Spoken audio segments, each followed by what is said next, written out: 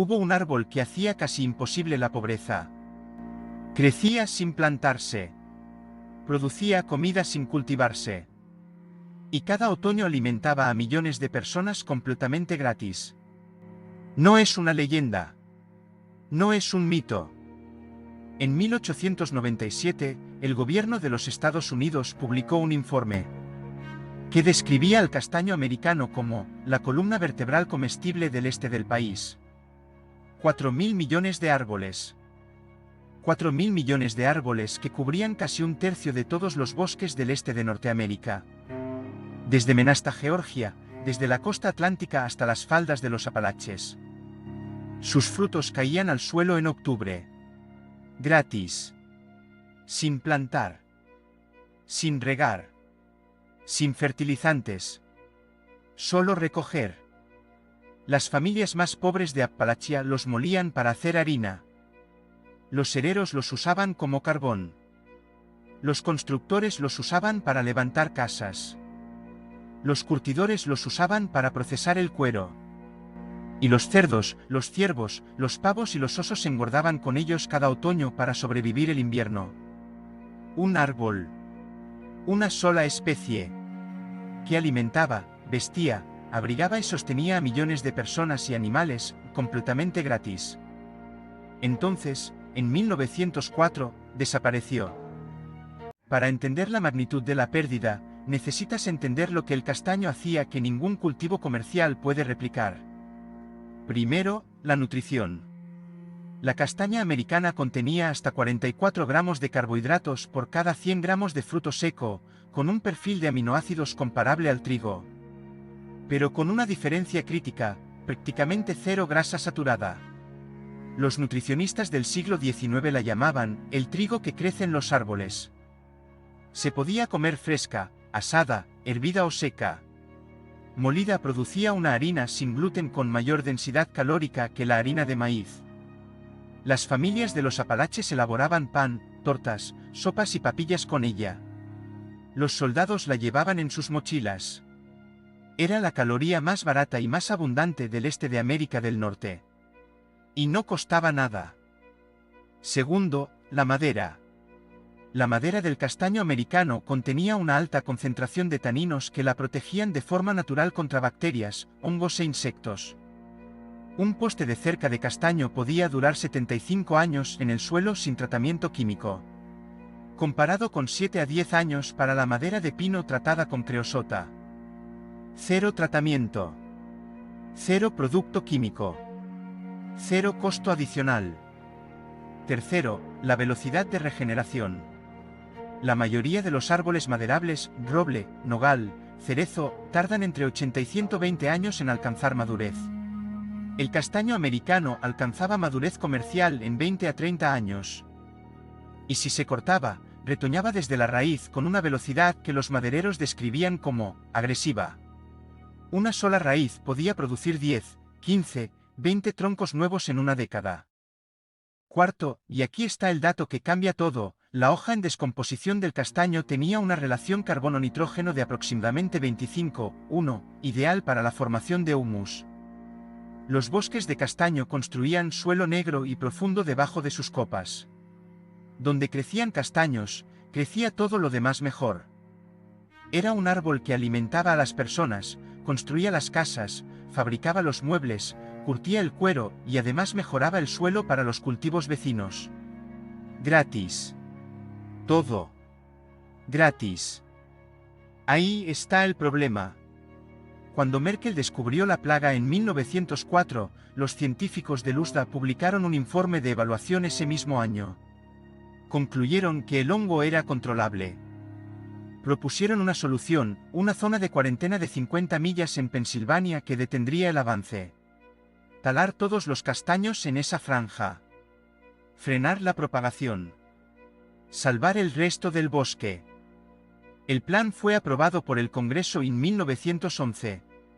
Luego fue revocado. ¿Por qué? No por razones científicas. Por razones económicas. Las industrias madereras de Pensilvania se opusieron con vehemencia. La zona de cuarentena requería talar millones de castaños, muchos en edad comercial, sin compensación inmediata. Las empresas calcularon que era más rentable seguir explotando los árboles que aún no estaban infectados, extraer toda la madera posible antes de que la plaga llegara, y vender. La suscripción estaba incorporada. Cada árbol talado era un ingreso inmediato. Salvar el bosque era una inversión a largo plazo sin accionistas. El plan de cuarentena murió en el Comité de Agricultura del Senado. La plaga avanzó. 1 kilómetro por día. Cada año, 400.000 hectáreas más de bosque infectadas. Para 1940, el castaño americano como especie forestal era funcionalmente extinto. Pero la historia no termina en 1940. La historia continúa. Y se pone más oscura. Cuando desaparecieron los castaños, los bosques del este de América quedaron con un vacío. 4.000 millones de árboles habían muerto. Los suelos de Appalachia perdieron su principal fuente de alimento silvestre y su árbol maderero más productivo. ¿Qué propuso el sistema agrícola industrial para llenar ese vacío?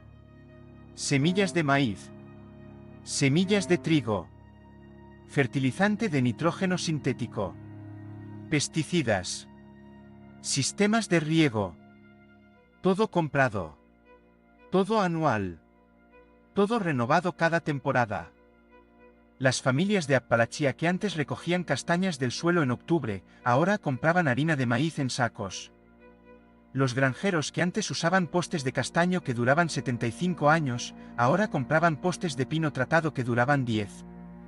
Un árbol que producía gratis, sin costo, sin insumos, fue reemplazado por un sistema que requería comprar algo cada año. No porque el sistema fuera mejor. Porque el árbol no generaba ingresos recurrentes. Lo que no genera ingresos recurrentes, no se enseña.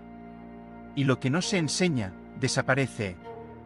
Las universidades de agricultura de los años 1920, 1930 y 1940 no incluían el estudio de árboles frutales silvestres en sus currículos. Las extensiones agrícolas del gobierno no tenían programas para árboles que alimentaban gratis. Los subsidios del Departamento de Agricultura favorecían el maíz, el trigo y la soya, cultivos que requerían insumos anuales y que podían ser estandarizados, industrializados y empaquetados. Las castañas no se podían meter en una caja con código de barras. La transición de Appalachia de una economía basada en el castaño a una economía basada en cultivos industriales anuales coincidió exactamente con el aumento de la pobreza rural en esa región. En 1940, los estados de los Apalaches, Virginia, West Virginia, Kentucky, Tennessee, tenían tasas de pobreza rural superiores al 60%. El árbol había desaparecido. El sistema que lo reemplazó les cobró por cada caloría. No en décadas. No en generaciones. En 40 años. 4.000 millones de árboles. Borrados del mapa en 40 años. ¿Por enfermedad? Sí. Pero la historia de por qué nadie lo salvó. Esa historia es mucho más oscura. En 1800, si caminabas por los bosques de Virginia, Pensilvania o Tennessee en octubre, Village Story. El suelo bajo tus pies no era de tierra. Era una alfombra marrón y brillante de castañas. Cada árbol adulto producía entre 50 y 100 kilos de frutos cada año. Sin falla. Sin ayuda. El castaño americano, Castanea dentata, era el árbol más abundante de los bosques del este. 1 de cada 4 árboles de madera dura era un castaño. Pero no era solo su abundancia. Era su velocidad. Crecía más rápido que el roble. Más rápido que el fresno. Más rápido que el nogal. Un tronco podía alcanzar los 30 metros de altura en 20 años. Y a diferencia de sus competidores, la madera del castaño no se pudría. Era naturalmente resistente a la humedad, a los insectos y a la descomposición. Los granjeros de Appalachia tenían un dicho: el castaño te acompaña desde la cuna hasta el ataúd. Y no era una metáfora. Los bebés nacían en cunas de castaño. Los muertos eran enterrados en féretros de castaño. Las casas estaban construidas con vigas de castaño.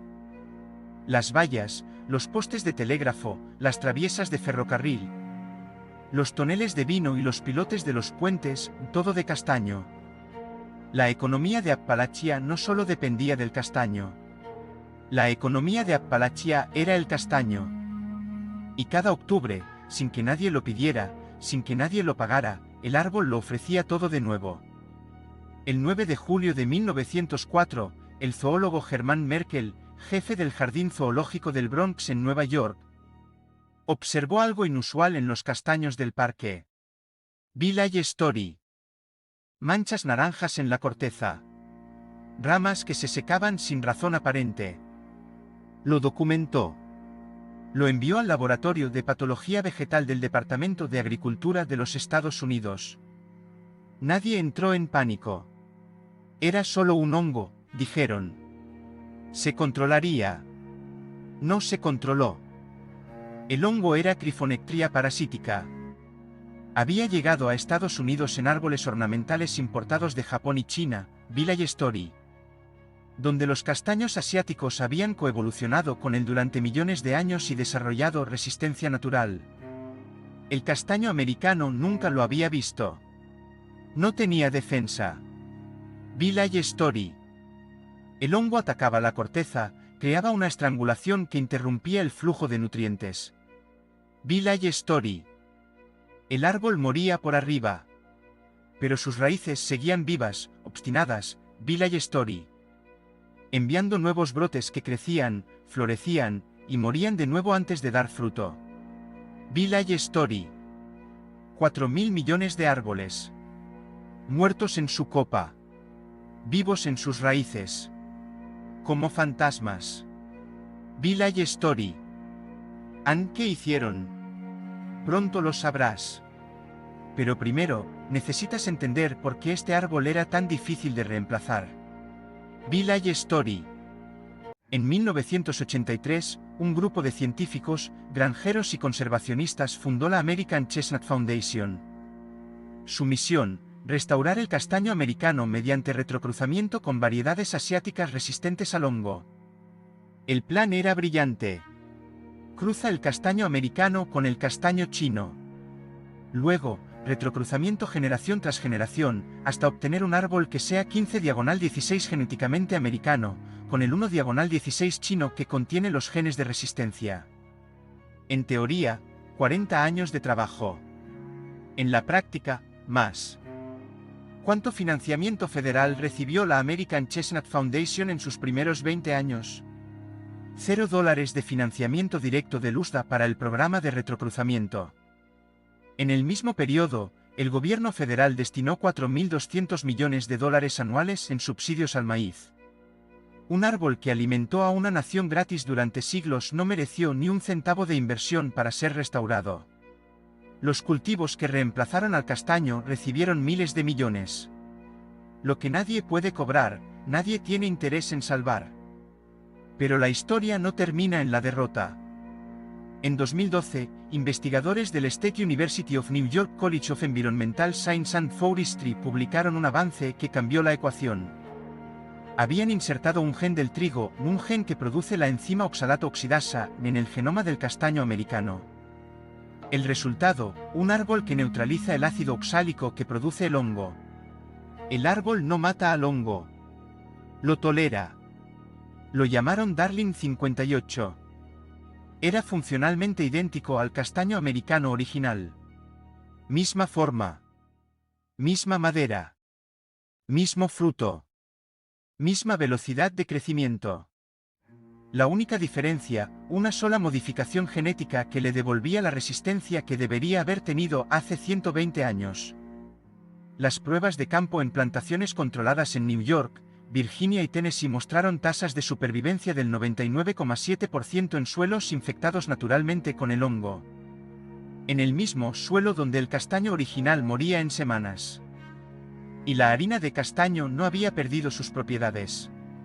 Un estudio de 2019 de la Universidad de Cornell confirmó que la harina de castaño americano tiene un índice glucémico significativamente menor que la harina de trigo, mayor contenido de potasio, manganeso y fibra soluble, y es naturalmente libre de gluten. El mercado global de harinas alternativas sin gluten vale actualmente más de 6.700 millones de dólares anuales. Hay una harina que crece en árboles. Cae al suelo. Gratis. Y no la estamos usando. Además, un informe del Forest Service de los Estados Unidos de 2021 calculó que si el castaño americano fuera restaurado a incluso el 10% de su distribución histórica, secuestraría entre 2 y 4 millones de toneladas métricas adicionales de carbono por año, equivalente a sacar 800.000 coches de la carretera. Sin tecnología. Sin subsidios. Sin infraestructura. Solo árboles. En la actualidad, la American Chestnut Foundation ha distribuido más de 30.000 árboles de retrocruzamiento a voluntarios y propietarios de tierra en 19 estados del este.